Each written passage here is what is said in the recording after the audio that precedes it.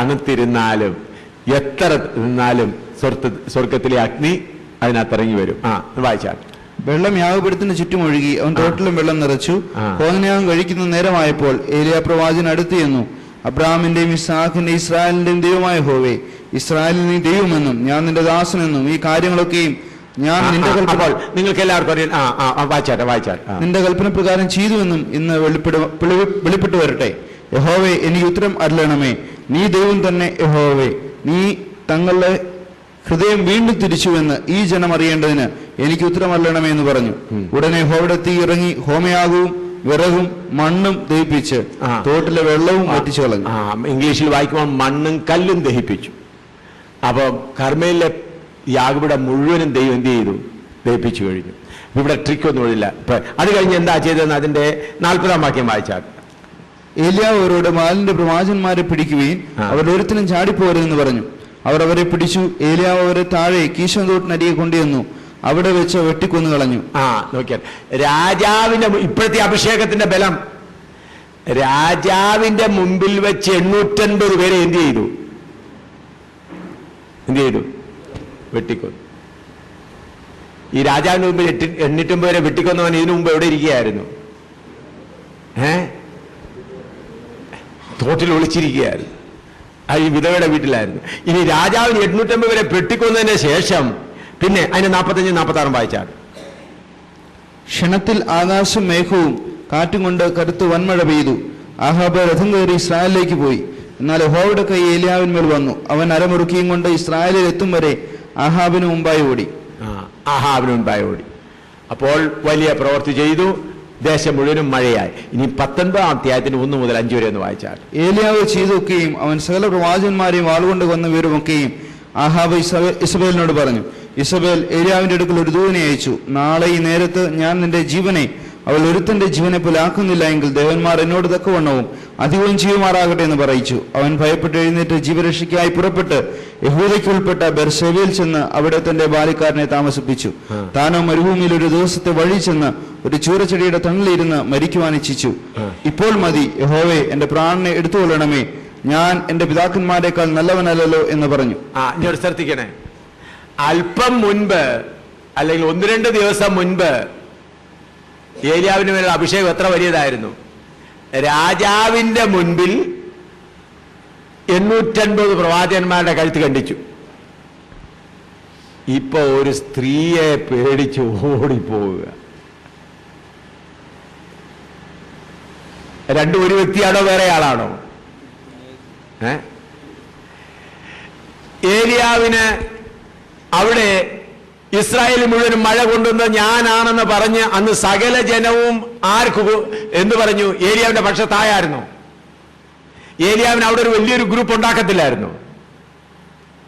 പേടിച്ചോടുക. മനസ്സിലാവുന്ന നിങ്ങൾ ഞാൻ പറഞ്ഞത്? എന്തുകൊണ്ടാ പേടി വന്നത്?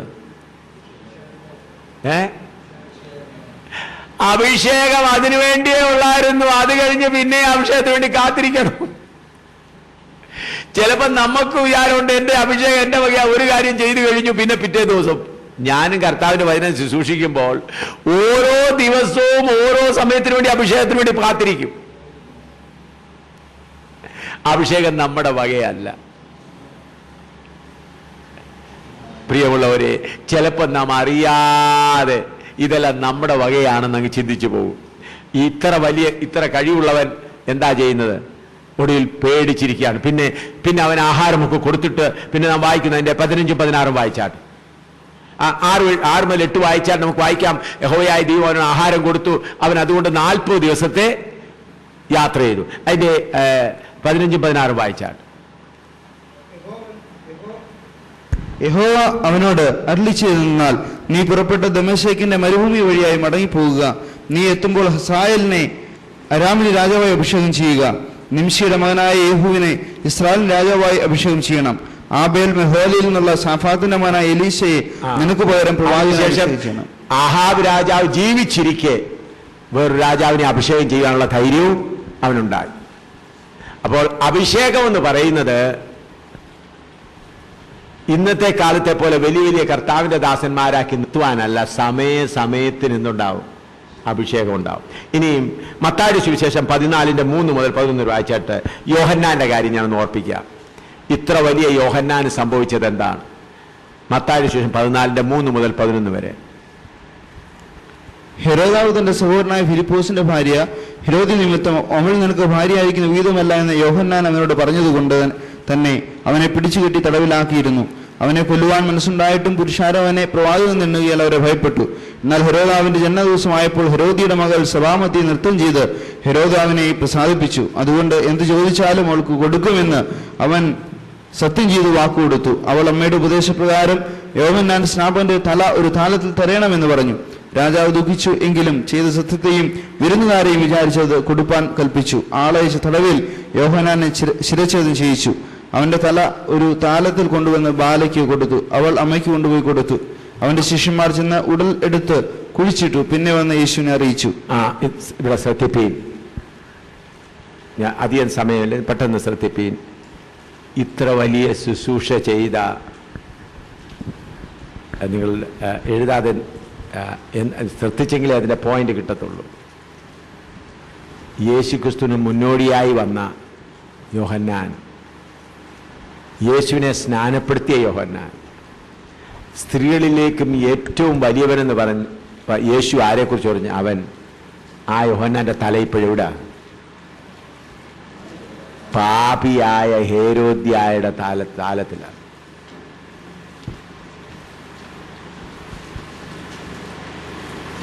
അവൾ അവൻ്റെ തലയെടുത്ത് വെച്ച് എന്തെല്ലാം പറഞ്ഞു കാണും, തുപ്പി കാണും, തൊഴിച്ചു കാണും. നീ അല്ലയോ പറഞ്ഞു ഞാൻ പാപിയാണെന്ന്?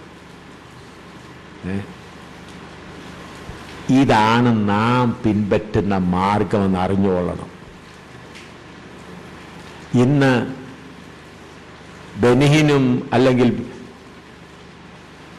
ബില്ലിഗ്രാമും അല്ലെങ്കിൽ മറ്റുള്ള വലിയ കർത്താവിന്റെ ദാസന്മാർ പോകുന്ന പാതയല്ല യഥാർത്ഥ പാത.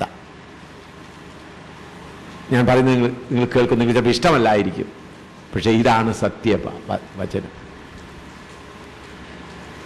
ഇത്ര വലിയ അത്ഭുതം ചെയ്ത യോഹന്നാനോട് ഇത്ര കഠിനനായി ദൈവം പ്രവർത്തിച്ചത് എന്താ? ജയിലിൽ നിന്ന് അവന്റെ കഴുത്ത് വെട്ടി എവിടെ വെച്ചു? നിങ്ങൾക്ക് ഈ മാർഗം വേണോ? അതോ ബെന്നിഹിന്റെ മാർഗമാണോ വേണ്ടിയത്? ബെന്നിഹിന്റെ മാർഗമാണെങ്കിൽ നിങ്ങൾ ഏത് പട്ടണത്തിൽ നിന്നും അവിടുത്തെ വലിയ വലിയ ആളുകൾ വരും, സമ്മാനങ്ങൾ തരും, നിങ്ങൾക്ക് നിങ്ങളുടെ പ്ലെയിനും. ഞാൻ പറഞ്ഞത് നിങ്ങൾ ശ്രദ്ധിക്കുന്നുവോ? നിങ്ങൾ ഈ വിവരം ചിന്തിച്ചിട്ടുണ്ടോ? ഇത്ര വലിയവനായ യോഹന്നാൻ, അവന്റെ തല ആ പാപിയായ സ്ത്രീയുടെ കയ്യിൽ ഏൽപ്പിച്ചു കൊടുത്തവനാണ് നമ്മുടെ ദൈവം. ഇതാണ് യഥാർത്ഥ ശുശ്രൂഷ. ഈ ലോകത്തോട് നിങ്ങൾ കോംപ്രമൈസ് ചെയ്താൽ ബെനീനെ പോലെയും ബില്ലിഗ്രാമിനെ പോലെയും വലിയ സ്ഥാനങ്ങൾ ലഭിക്കും. ബില്ലിഗ്രാമിനെ ഞാൻ ആദരിക്കുന്നെന്നാൽ സ്നാനത്തെക്കുറിച്ച് ഒരിടത്തും പ്രസംഗിച്ചില്ല. വേർപാടിനെ കുറിച്ച് രക്ഷയുടെ പറഞ്ഞ് എല്ലാവരെയും കൂടെ കൂട്ടിക്കലക്കി കൊണ്ടുപോയി. അതുപോലെ പ്രസിഡന്റിന്റെ ബ്രേക്ക്ഫാസ്റ്റിനും എല്ലാമായി നല്ല സ്ഥാനം അദ്ദേഹത്തിന് ലോകത്തിൽ കിട്ടി. എന്നാൽ ബില്ലിഗ്രാം ദൈവത്തിന്റെ സന്നിധി നിൽക്കുമ്പോൾ വളരെ വളരെ വളരെ വളരെ ദുഃഖിക്കേണ്ടതായി വരും. എന്തുകൊണ്ടാണ്? സത്യസുവിശേഷം ലോകത്തെ അറിയിച്ചിട്ടില്ല. സത്യസുവിശേഷം പറയുന്നവരുടെ സ്ഥാനം ഇതാണ്. ആദ്യം ചോദിച്ചല്ലോ, പുതിയ നിയമത്തിലെ കാര്യം ചോദിച്ചല്ലോ, ഇനിയും വരുന്നുണ്ട്. ഏറ്റവും സത്യസുവിശേഷം അറിയിച്ച യോഹന്നാന് ദൈവം ഈ ഭൂമിയിൽ കൊടുത്ത സ്ഥാനം എന്താണ്? അവന്റെ ശിഷ്യന്മാർ അവന്റെ ശരീരം അടക്കാൻ പോകുമ്പോൾ എന്തില്ല? തലയില്ല. അവന്റെ തല ആരുടെ കയ്യിലായിരിക്കുന്നു? ഏറ്റവും പാപിയായ സ്ത്രീയുടെ കയ്യിൽ. അവൾ ആ തലയെ നോക്കി തുപ്പുകയാണോ എന്താണെന്ന് അറിഞ്ഞുകൂടാ. ഇതാണ് മാർഗം. ഇനിയും 1 കോരിന്ത്യർ 4:9 മുതൽ 16 വരെ ഒന്ന് വായിച്ചാട്ട് അപ്പോസ്തലന്മാരുടെ അവസ്ഥ എന്താണെന്ന് നോക്കിയാട്ട്. 1 കോരിന്ത്യർ 4:9 മുതൽ 16 വരെ. ഞങ്ങൾ ലോകത്തിന് ദൂതന്മാർക്കും മനുഷ്യർക്കും തന്നെ കൂത്തുകാഴ്ചയായി തീർന്നിരിക്കുകയാൽ ദൈവം അപ്പോസ്തലന്മാരായ ഞങ്ങളെ ഒടുക്കത്തവരായി മരണവിധിയിൽ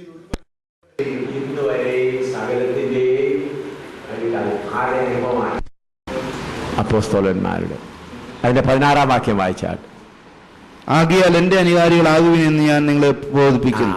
ഇംഗ്ലീഷ് ബി മൈ ഫോളോവേഴ്സ് എന്നാണ് എഴുതിയിരിക്കുന്നത്. അപ്പോൾ അപ്പോസ്തലനായ പൗലോസ് പറയുന്നത് ഇതാണ് മാർഗം. ഇന്ന് നാം കാണുന്ന ആദരവിൻ്റേത് യഥാർത്ഥ മാർഗം അല്ല. ഇനി സഭയിൽ അവരുണ്ടാക്കിയ സഭയിൽ 1:4-3-4 ഒന്ന് വായിച്ചാട്ട്. 1:4-3-4. നിങ്ങളോ മനുഷ്യർ കഴിക്കുന്ന വല്ല വിസ്താരത്തിലോ എന്നെ വിധിക്കുന്ന എനിക്ക് എത്രയോ ലഘുകാര്യം.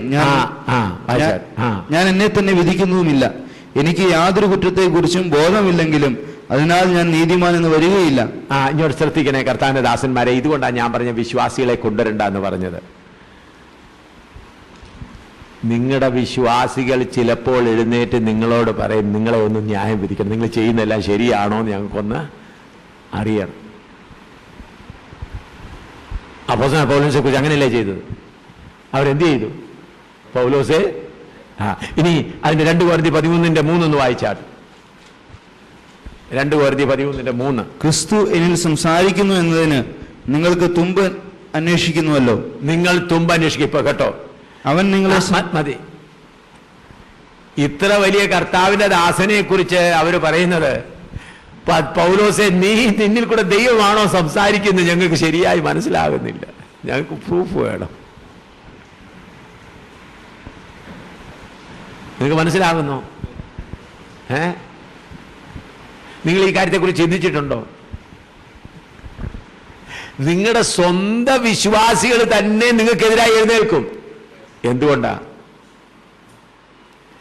ദേശത്തെ ശത്രുക്കളെ നിങ്ങൾ പോരാടി ജയിക്കുമ്പോൾ അവൻ ചില വിശ്വാസികളെയും കയ്യിലെടുത്ത് ബഹളമുണ്ടാകും.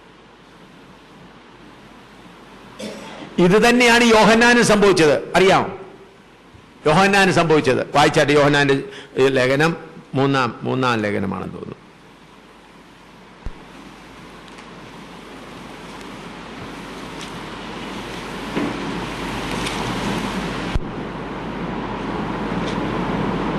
മൂന്നാം ലേഖനം അതിൻ്റെ 7, 8, 9, 10 വായിച്ചാട്ട്. പാപം ചെയ്യുന്നവൻ പിശാചിന്റെ മകനാകുന്നു, പിശാച് ആദ്യം മുതൽ പാപം ചെയ്യുന്നുവല്ലോ. യോഹന്നാന്റെ ലേഖനം 3-ാം യോഹന്നാൻ 8-ാം വാക്യം 8, 9, 10 വായിച്ചാട്ട്.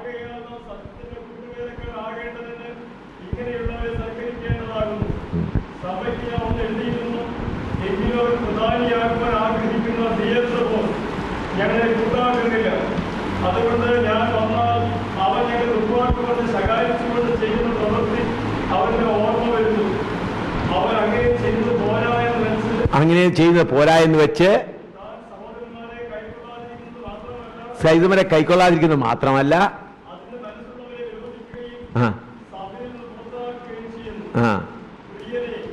മതി. അപ്പോൾ അപ്പോസ്തലനായ യോഹന്നാൻ അധ്വാനിച്ചുണ്ടായ സഭയിലാക്കിയ എൽഡർ എന്താ ചെയ്യുന്നത്? ദിയോത്രിഫോസ് എന്താ ചെയ്യുന്നത്? പ്രധാനിയാണെന്ന്. അപ്പോൾ ഈ പ്രയാസങ്ങളൊക്കെ എന്തുകൊണ്ടാണ് ഉണ്ടാകുന്നത്? അപ്പോസ്തലനായ പൗലോസിനോട് പറഞ്ഞു, പൗലോസെ നീ പ്രസംഗിക്കുന്നത്, അപ്പോസ്തലനായ പൗലോസിന്റെ വേലയാൽ രക്ഷിക്കപ്പെട്ടു വന്ന ദൈവമക്കൾ പറയാണ്, പൗലോസെ നീ ഇപ്പൊ പ്രസംഗിക്കുന്ന ദൈവത്തിന്റെ ആലോചനയാണ്, ഞങ്ങൾക്കൊന്ന് എന്ത് ചെയ്യണം, പ്രൂഫ് വേണം. അപ്പൊ എന്താണെന്നറിയാമോ? ഏതെല്ലാം ശത്രുവിന്റെ കോട്ടകളെയാണ് നിങ്ങൾ തകർക്കുന്നത്, അവിടെയുള്ള ശക്തികൾ പ്രതികാരം നോക്കും. പ്രതികാരം നോക്കുന്നത് കൊണ്ടാണ് നാം മറ്റുള്ളവരുടെ മുൻപിൽ എങ്ങനായിത്തീരുന്നത്. പൗലോസ് പറയുന്നല്ലോ, എല്ലാവരുടെയും മുമ്പിൽ ഞങ്ങൾ കൂത്തുകാഴ്ചയായി, ദൂതർക്കും മനുഷ്യർക്കും സകലർക്കും കൂത്തുകാഴ്ചയായി. ഇതാണ് ശുശ്രൂഷ. ഈ ശുശ്രൂഷയാണ് നിങ്ങൾ ചെയ്യുന്നത്. എന്നാൽ ഇന്ന് കേരളത്തിൽ കാണുന്നത് എന്താണ്? കുറച്ച് ചെയ്ത് സെൻട്രൽ പാസ്റ്ററായി, പിന്നെ ചീഫ് പാസ്റ്ററായി, പിന്നെ ഇത്രയായി അങ്ങനെ വളർന്നു വളർന്നു പോവുകയാണ്. അതല്ല മാർഗം. ഏറ്റവും വലിയ അപ്പോസ്തോലന് ലഭിച്ചത് എന്താണ്? സ്വന്തം വിശ്വാസികൾ തന്നെ പറയുന്നത്, പൗലോസേ നീ പറയുന്നത് ദൈവത്തിൽ നിന്നാണോ എന്ന് നിങ്ങൾ തിരിച്ചറിയാനാണ്. ഇത് മനസ്സിലാക്കണം. അപ്പോൾ ഇന്ന് കാണുന്ന ആദരവിൻ്റെ ശുശ്രൂഷയൊന്നും ശുശ്രൂഷയല്ല. അവരെവിടെയോ കോംപ്രമൈസ് ചെയ്തിട്ടുണ്ട്.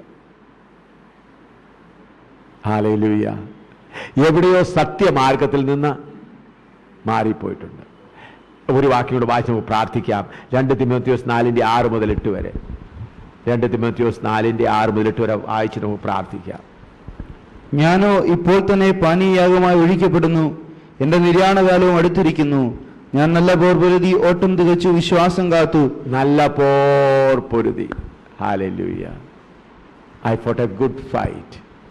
പ്രിയമുള്ളവരെ, ഞാൻ നിങ്ങളെ സ്നേഹിക്കുന്നത് കൊണ്ട് ഈ കർത്താവിൻ്റെ ആലോചന നിങ്ങളുടെ മുന്നിൽ വെച്ചതാണ്. ആദരവിൻ്റെ ശുശ്രൂഷയല്ല നമ്മളെ ഏൽപ്പിച്ചിരിക്കുന്നത്. റെസ്പെക്റ്റിൻ്റെ ശുശ്രൂഷയല്ല നമ്മെ ഏൽപ്പിച്ചിരിക്കുന്നത്. ഏറ്റവും നിന്ദാകരമായ അനുഭവത്തിൽ എത്തിച്ചേരേണ്ടതാണ്. അപ്പോസ്തലനായ പൗലോസിനെ കുറിച്ച് നമ്മൾ വായിക്കുന്നത്, താൻ ജയിലിൽ കിടക്കുമ്പോൾ ദേമാസ് തൻ്റെ കൂടെ വേലക്കാരന് വിട്ടേച്ചു പോയി. പൗലോസ് തിമോത്തിയോസിന് എഴുതി, ആ പുതപ്പ് കൊണ്ടുവരണേ, എന്നെ കാണാൻ ആഗ്രഹിക്കുന്നാൽ തിമോത്തിയോസ് വരുന്നതിന് മുൻപേ അപ്പോസ്തലനായ പൗലോസിനെ തൂക്കിക്കൊള്ളുവോ കൊന്നുകളഞ്ഞു. അവനെ കണ്ടില്ല. അവൻ്റെ ശരീരം മൃഗങ്ങൾ ഭക്ഷിച്ചോ എന്താണെന്ന് അറിഞ്ഞുകൂടാ. പ്രിയമുള്ളവരെ, ഇതാണ് മാർഗം. നമ്മുടെ കർത്താവിന് ക്രൂശിൽ കിടക്കുമ്പോൾ ഞാൻ ചോദിക്കട്ടെ, കർത്താവിന് ഈ പോകുമ്പോൾ ചെയ്ത ഒരു തുള്ളി വെള്ളം പോലും കിട്ടിയില്ല. ഉയർത്തെഴുന്നേറ്റ ശേഷം കർത്താവ് വെളിപ്പെട്ട് മനുഷ്യരുടെ ആദരവ് സ്വീകരിച്ചില്ല. ശിഷ്യന്മാരുടെ അടുക്കൽ അവിടെയൊക്കെ രഹസ്യമായി വെളിപ്പെട്ടു. കർത്താവായ യേശുക്രിസ്തു ഉയർത്തെഴുന്നേറ്റ ശേഷം യെരുശലേമിൽ 2-3 പ്രാവശ്യം ഒന്ന് നടന്നായിരുന്നെങ്കിൽ ആ പരീശന്മാരെല്ലാം രക്ഷിക്കപ്പെടുമായിരുന്നോ ഇല്ലയോ? പറഞ്ഞാട്ട് പീലാത്തോസ് തന്നെ കുമ്പിട്ട് എന്ത് ചെയ്തേനെമായിരുന്നു? ആരാധിച്ചേനെമായിരുന്നു. എന്നാൽ അതുകൊണ്ടാണ് ലോകമേതും യോഗ്യമല്ലെനിക്കതാൽ ശോകമില്ല ഭാഗ്യം ഉണ്ട് ക്രിസ്തുവിൽ. ലോകമേതും യോഗ്യം അല്ലെനിക്കതാൽ ശോകമില്ല ഭാഗ്യം ഉണ്ട് ക്രിസ്തുവിൽ. അതിനു മുൾമുടി നൽകിയ ലോകമേ നീ തരും പേരെനിക്കെന്തിനാ? അതിനു മുൾമുടി നൽകിയ ലോകമേ നീ തരും പേരെനിക്കെന്തിനാ? ആമേൻ, ആമേൻ, ആമേൻ. പ്രിയമുള്ളവരെ, ഈ ഒരാഴ്ച വന്ന് നിങ്ങളോടുകൂടെ ഇരുന്ന് ദൈവവചനം അല്പമായി ഷെയർ ചെയ്യുവാനിടയായി. ആ വചനം സ്വീകരിച്ച് നിങ്ങൾ മുൻപോട്ട് പോകുകയാണെങ്കിൽ പ്രയാസങ്ങളേ വരികയുള്ളൂ. എതിർപ്പുകളും പ്രയാസങ്ങളും നിന്ദകളും ധാരാളമായി വരും. കാരണം നിങ്ങളുടെ അടുക്ക് കൊണ്ടുവന്ന ഈ വചനം ഇവിടെ തന്നെ തടയുവാൻ സാത്താൻ പൂർണ്ണ പരിശ്രമം ചെയ്യും. നിങ്ങളെ നിരാശപ്പെടുത്തുവാൻ നോക്കും. നിങ്ങളുടെ കുടുംബങ്ങളിൽ ആക്രമണം നടക്കും, സഭകളിൽ ആക്രമണം നടക്കും. അനുഗ്രഹം എന്ന് പറയുന്നത് ശാന്തതയല്ല, യുദ്ധം ഗംഭീരമാകുന്നതാണ് അനുഗ്രഹം. ഞാൻ പറഞ്ഞ മനസ്സിലായോ? യുദ്ധം ഗംഭീരമായെങ്കിലേ ജയിക്കുകയുള്ളൂ. ശ്രദ്ധിച്ചോ ഞാൻ പറഞ്ഞത്? യഥാർത്ഥ അനുഗ്രഹം എന്ന് പറഞ്ഞത് യുദ്ധം ഗംഭീരമാകുക. യുദ്ധം ഗംഭീരമായെങ്കിലേ ജയം നടക്കുകയുള്ളൂ. അതിനുവേണ്ടി നിങ്ങൾ കർത്താവേ ഞങ്ങൾക്ക് പേര് വേണ്ട, നിന്നെ ഏൽപ്പിച്ച വേല ചെയ്തു തീർത്താൽ മതി. അതിനുവേണ്ടി ഒരു ശരിയായ സമർപ്പണം ചെയ്താൽ ദൈവത്തിൻ്റെ അഭിഷേകം നിങ്ങളിലേക്ക് കടന്നു വരുവാനിടയാകും. അപ്പോൾ പ്രയാസങ്ങളാണ് വരാൻ പോകുന്നത്, ദുഃഖങ്ങളാണ് വരാൻ പോകുന്നത്, നഷ്ടങ്ങളാണ് വരാൻ പോകുന്നത് എന്ന് ഞാൻ നേരത്തെ നിങ്ങളോട് അറിയിക്കുന്നു. ദുഃഖങ്ങളും പ്രയാസം. എന്നാൽ നിങ്ങൾ സമർപ്പണത്തിൽ നിന്നാൽ നിങ്ങൾ അനുഭവിച്ചിട്ടില്ലാത്ത വലിയൊരു അഭിഷേകം നിങ്ങളുടെ മേൽ വന്നിട്ട് വലിയ യുദ്ധം ചെയ്ത് നിൽപ്പാൻ കൃപ ചെയ്യും. നമുക്ക് എഴുന്നേറ്റ് നിന്ന് അല്പനേരം അതിനുവേണ്ടി സമർപ്പിച്ചുകൊണ്ട് നമുക്ക് പ്രാർത്ഥിക്കാം. ഈ പാട്ട് പാടിക്കൊണ്ട് തന്നെ